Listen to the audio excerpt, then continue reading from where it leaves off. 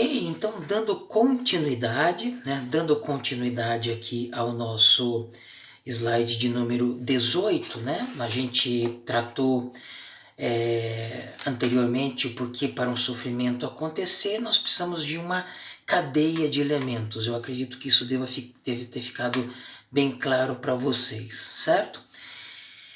Próximo item aqui, gente.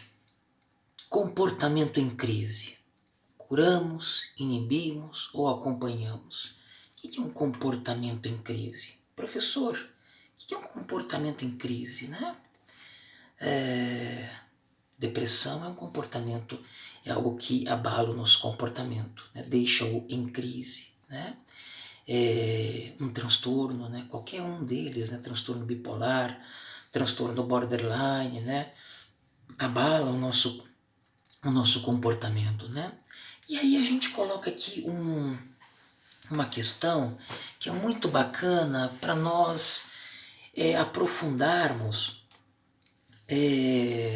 lá no debate pessoalmente, né? Curamos, inibimos ou acompanhamos?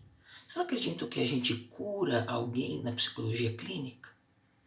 Ou a gente inibe? Olha, segura esse choro, né?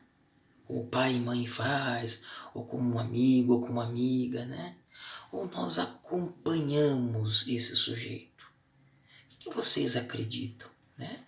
Veja, gente, aqui é uma questão muito interessante, tá? Bem interessante, porque assim, vocês estão chegando agora na psicologia e vocês estão começando a observar que a psicologia não é algo como 2 mais 2 igual a 4, né? Ela não é uma ciência exata, né? O comportamento humano, aos poucos vocês estão observando que ele não é algo exato, né?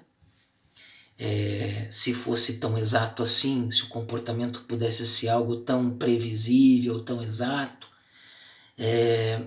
não haveria do porquê ter um psicólogo clínico, né? Porque o psicólogo clínico vem exatamente acolher esse comportamento que está tão disfuncional, né? Portanto, o comportamento humano não é algo exato, né? E às vezes os alunos precisam de respostas mais prontas, né? Como uma receitinha de bolo, né? Olha, é assim, é assado. Mas o comportamento humano não é assim, né, gente? Nós seres humanos não somos assim, né? Então, essa é a resposta para isso daqui, gente. Comportamento nós curamos, inibimos ou acompanhamos? Primeira questão que eu trago para vocês, vai depender muito da abordagem que vocês forem trabalhar. Então anotem aí no caderno de vocês. Comportamento em crise, curamos, inibimos ou acompanhamos? Vai depender essencialmente, tá, da abordagem clínica que vocês forem trabalhar. Tá? Qual é a abordagem clínica que vocês forem trabalhar? A abordagem clínica vai dizer, olha, na comportamental, no behaviorismo, né, eles trabalham muito com o conceito de cura, né? Os behavioristas trabalham muito com curar, né? Estamos curando o comportamento e etc. Né? Mas os psicanalistas, os analistas junguianos, por exemplo, eles não trabalham com o conceito de cura, mas eles trabalham com o conceito de acompanhamento. Nós acompanhamos o sujeito. Vejam, prestem muita atenção nas palavras do professor agora. Nós acompanhamos o sujeito. E é nesse acompanhar, nesse ego auxiliar que nós somos do nosso paciente, nesse acompanhar o nosso paciente, escutando o nosso paciente, observando o nosso paciente e dialogando com o nosso paciente, acompanhando este paciente, nós podemos então produzir uma transformação nesse comportamento. Então a resposta que eu trago para vocês é: comportamento em crise nós curamos? Bom, depende da abordagem clínica. Depende de qual abordagem você for trabalhar. Se você vier trabalhar com a psicologia do inconsciente, que é a psicologia que o professor trabalha, se você for trabalhar com a psicanálise, né? A psicologia do inconsciente, que eu digo, a psicologia analítica é a psicologia do inconsciente, né? Trabalha com o conceito de inconsciente. A psicanálise é uma psicologia do inconsciente também. Mas se você vier trabalhar com as abordagens do inconsciente, tá? Nós trabalhamos com o conceito de acompanhar. Nós acompanhamos o nosso paciente. Nós acompanhamos a experiência de vida desse paciente.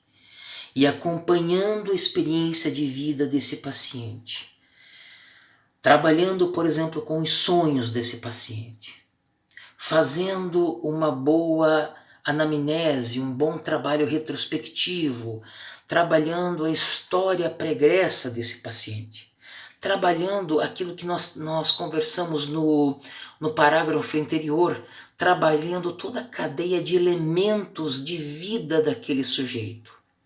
Ou seja, que caminhos aquele sujeito trilhou para ele chegar a ser o que ele é hoje. Quando nós trabalhamos toda essa cadeia de elementos, quando nós vamos acompanhando a história deste sujeito e pontuando questões, levantando questões, pedindo para que o paciente reflita sobre esse ou aquele assunto, criando um vínculo positivo com esse paciente, uma transferência positiva com ele. Ou seja, quando nós vamos criando todo um ambiente de harmonia e de segurança para esse paciente, então nós podemos produzir uma transformação no comportamento desse paciente. Então não é apenas cura, não é apenas curar sintoma, né? Como você toma lá a pílulazinha, ok, curou aqui. Não é. É algo que vai muito além disso. É acompanhar uma vida. É escutar a história desse sujeito. É produzir um relacionamento transferencial com ele a tal ponto que ele sinta que ele está num ambiente de proteção, em um ambiente sendo acolhido. Quando nós produzimos todo esse trabalho, então nós vamos acompanhando este paciente, então nós vamos produzindo transferência, nós vamos produzindo então uma transformação nesse comportamento. Então observem que não é apenas algo pontual. Puxa, professor, é difícil, é complicado. Não é uma coisa fácil, não é receita, não existe receita de bolo quando se trata de seres humanos. Vocês sabem muito disso. Vocês são jovens e vocês têm relacionamentos e vocês sabem que em meio a esses relacionamentos existem suas respectivas crises e vocês sabem que o equilíbrio dessas relações muitas vezes não são fáceis. Portanto, se tratando de seres humanos, se tratando de comportamento humano, de fato as questões elas sempre são um pouco mais profundas sim. Então, reiterando para vocês, nós acompanhamos o sujeito. Nós não curamos como a medicina cura.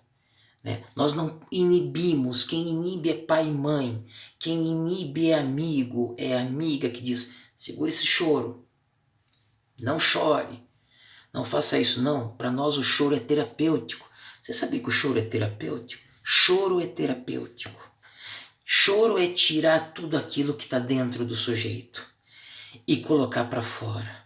É vômito, é vomitar, é tirar todo aquele lixo todo que está dentro do sujeito e colocar para fora.